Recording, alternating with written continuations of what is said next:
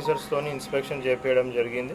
So వాళ్ళందరికీ కూడా reports ఇచ్చినారు. సో దాని ప్రకారం కూడా స్టోరేజ్ దగ్గరనైతే చాలా దగ్గర మనకి ఎక్కడ కూడా ప్రాబ్లం లేవు.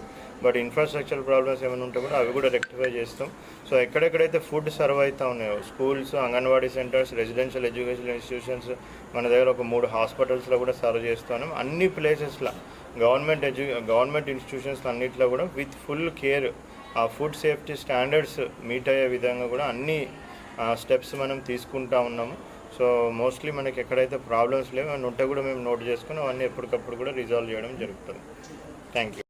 సో డివిజనల్ లెవెల్లో ఆర్డీఓస్ నేతృత్వంలో ఒక కమిటీ, మళ్ళీ మండల్ లెవెల్లో కూడా మండల్ స్పెషల్ ఆఫీసర్స్ నేతృత్వంలో food safety and monitoring committee, so district లెవెల్లో కూడా అడిషనల్ కలెక్టర్ నేతృత్వంలో కూడా ఒక కమిటీస్ వేయడం జరిగింది. సో ఇది ఓన్లీ ఇప్పటికే పరిమితం కాకుండా సో వీళ్ళంతా కూడా ర్యాండమ్గా సర్ప్రైజ్ ఇన్స్పెక్షన్స్ అవన్నీ కూడా చేయడం జరుగుతుంది. సో అదేవిధంగా అన్ని ఎడ్యుకేషనల్ ఇన్స్టిట్యూషన్స్లో కూడా